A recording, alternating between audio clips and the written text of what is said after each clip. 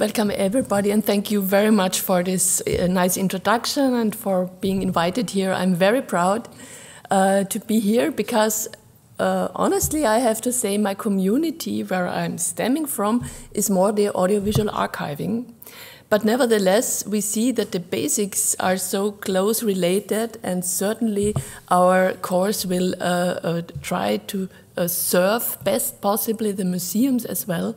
And we will try to hopefully educate people and future stuff for your needs. This is my intention in our studies. But let's start where I started. Yesterday, Andreas Weiser told us about his development, and while he developed or moved forward to the high-ranking digital world, I'm still sticking in this. I'm still sticking in this. I have seen all the bad little storage corners nobody has seen in these archives, and the leftovers of the mass digitization projects, which unfortunately in most cases are the most valuable materials. They are the historic ones. They have not been transferred in the mass, in the radio stations mass transfer. And the leftovers, nobody touches for quite a long time, or if they touch them, then nobody knows how to handle. And the machines are broken down already because they have transferred 10 million hours of commercial material. Let's call it like that. Yeah? So we are facing a lot of obsolescence, and I want to give you a riddle now. What is this? I hope that I can make it playable. There is some audio embedded, which is important.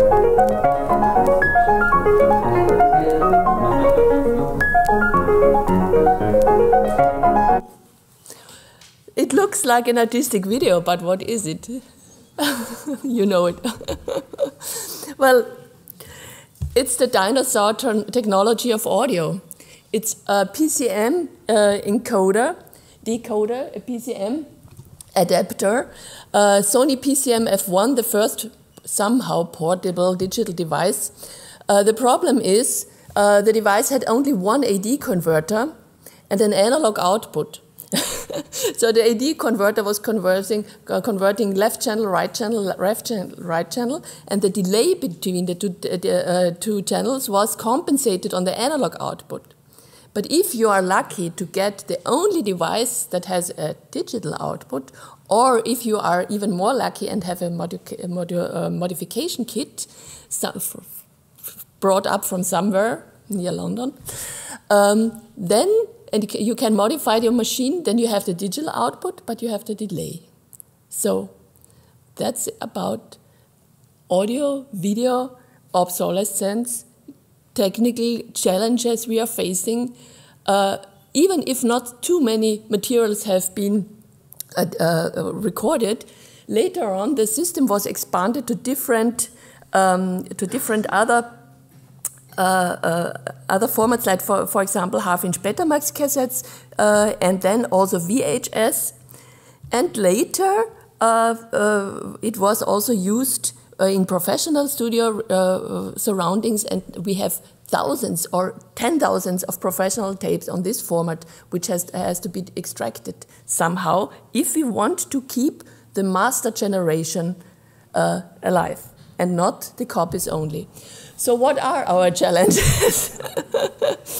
The challenges are certainly the chemical deterioration, the storage conditions, equipment and format obsolescence, challenges of digital preservation, funding and political willingness to fund, and awareness to recognize that it is important, our work. We can decide either to lose the information of the last 20 decades stored on audiovisual carriers, lose the artworks based on audiovisual installations.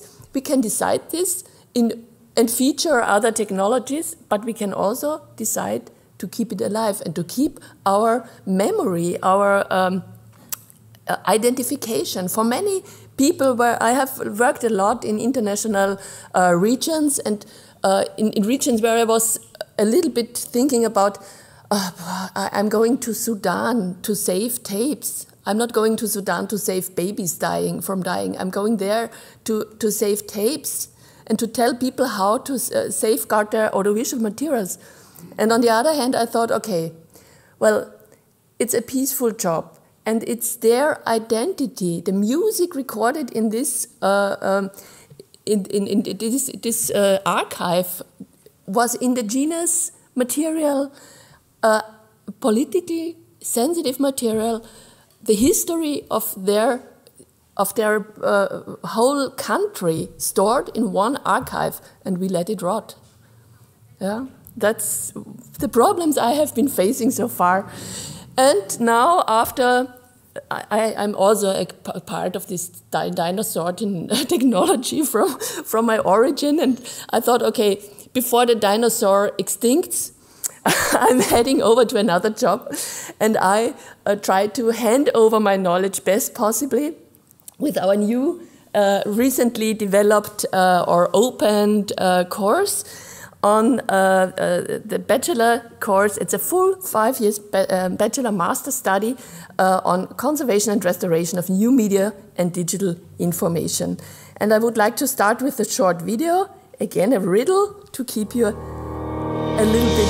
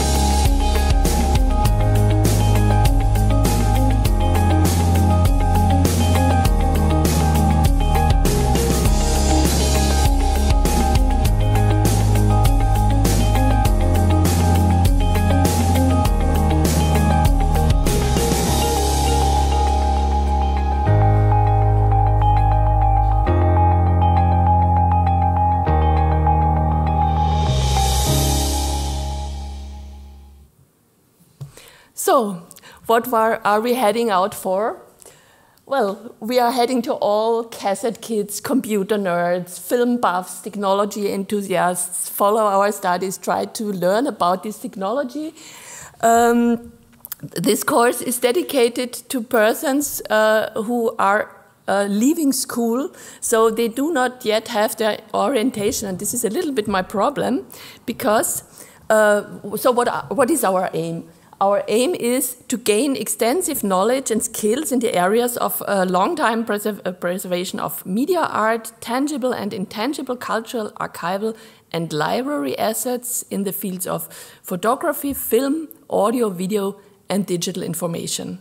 So this is a very big issue, I think. This is a great task to deal with. So what do we offer in this course? 1 second, I have to make this a little bit larger because, yeah. So, the course content is time-based media, media art history, archives and libraries, analog digital image and sound processes, ethics of restoration, a very important topic, media exhibition technology, technology and digitization of audiovisual media, digital restoration, electronics on a basic level, computer technology, long-term preservation and integrity of digital data, applied natural science, informatics, net art, streaming media, game culture, virtual reality 3D, and practical work. And these are the fields where we can offer our connections, where we can offer a specialization on a later stage as well. And where we have contacts to institutions and to persons and to external staff giving lectures on and training courses on such topics. So what are the admission requirements? And this is a little bit a hurdle. You need 1 year of advanced practical work because we are working with originals. So I had a problem in grabbing students. Where should they come from? Yeah, they come from school and then they don't know that they want to go into this preservation field, but they need 1 year of practical work before they can enter. Okay, we will find a solution for this.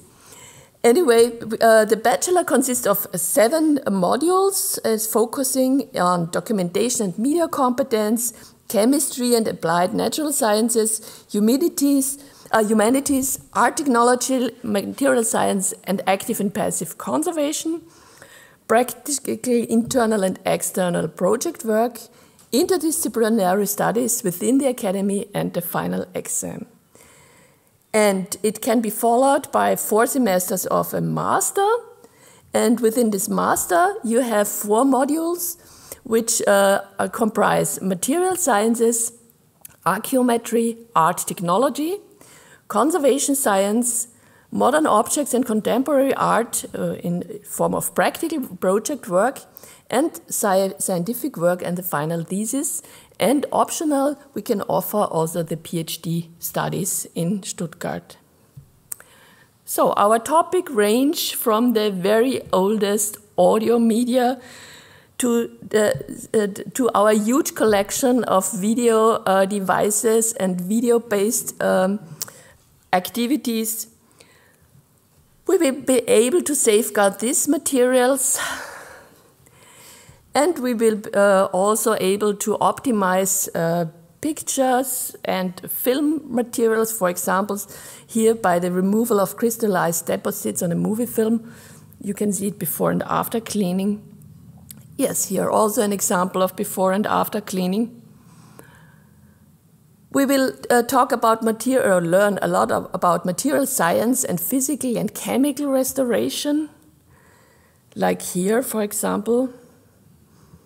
This is my special case to make it from this to this and to transfer the sound as well, because in my life, not only to make it look nice, yeah, this would be the less important challenge. The really good challenge is to get the signal of best quality. Yeah? In our world, it's the piece of artistry is on the tape, and not the tape itself, because there were millions of BASF or Aqua-Wolfen type C tapes produced, but this only piece of art recorded on this tape, this has to be retrieved. So we will examine what we have seen already today and try to clean it off and try to practically work with the machines. Mr. Lin, I hope you don't mind if I show you at work. Yeah, and then make the machines playable as well. Here you have a glimpse into our atelier, still with Johannes Gfeller, whom I will follow. We worked together in practical for 1.5 years, so I can take over his knowledge and his devices as well. We will learn how to handle all the necessary measuring equipment and how to measure, and everybody who has started to measure knows that wer misst. You are measuring trash if you don't know what you are going to measure. So we will really go into the details. In our work, we will follow current standards and recommended workflows, and we will also actively participate in improving these. For example, I'm currently leading the AES SC0306 standards group, where we are developing a guideline and a recommended workflow for the archiving of multi-track, professional multi-track formats from analog and digital machines.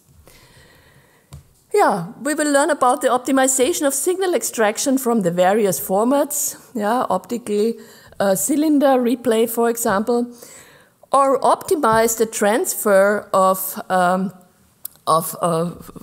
magnetic tape or any kind of transfer. For example, this is an example where students have developed a circuit feeding back the bias signal into the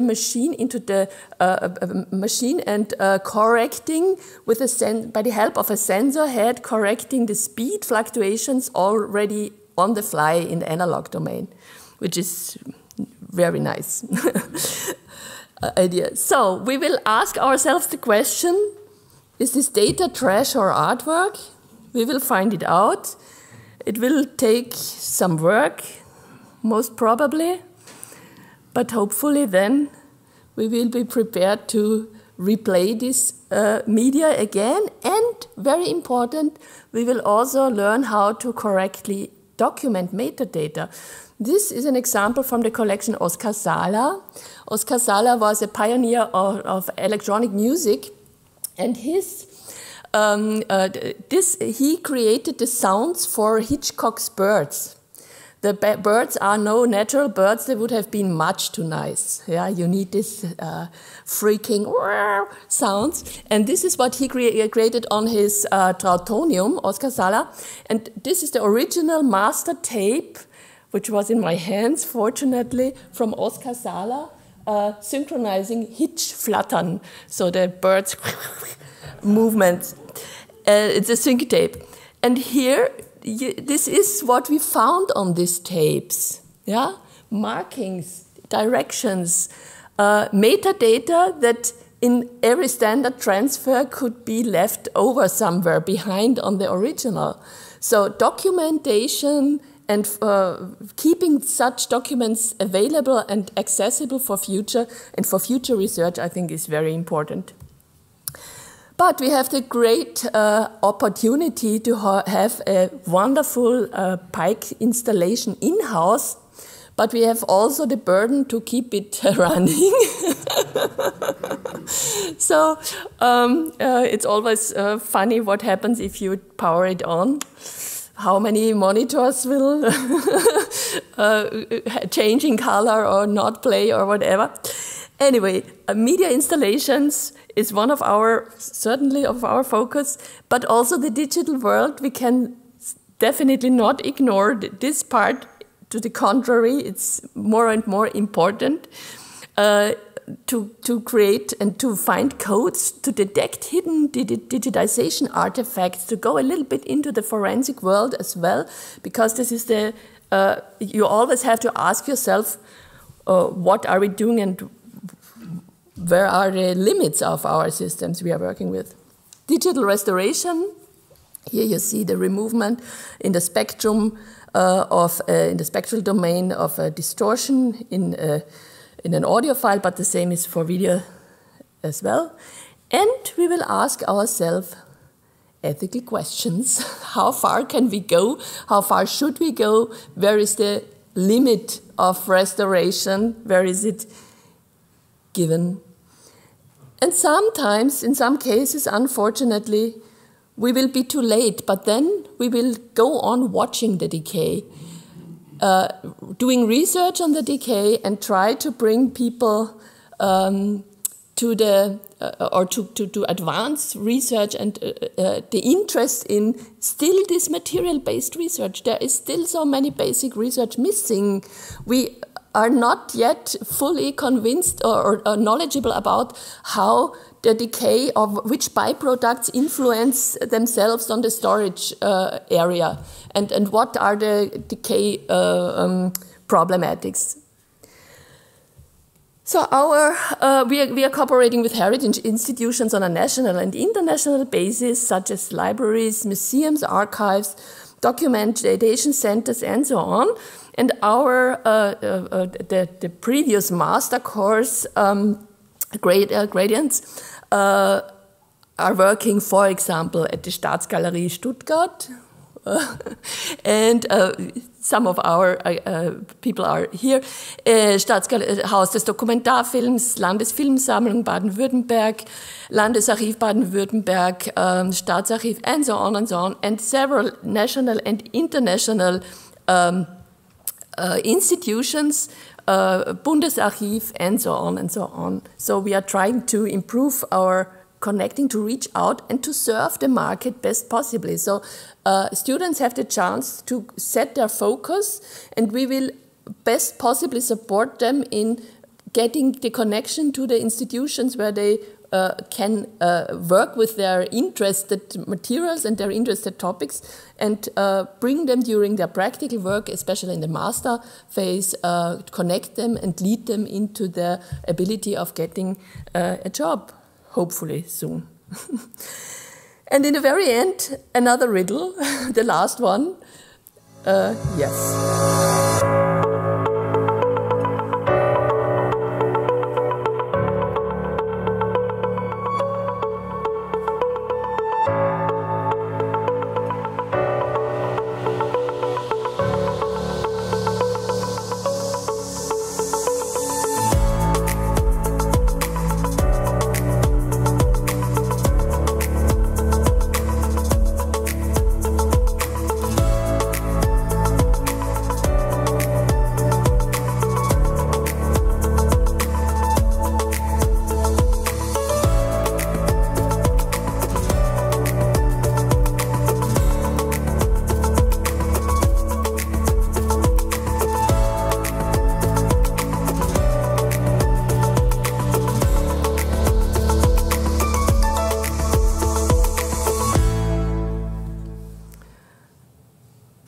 So thank you very much.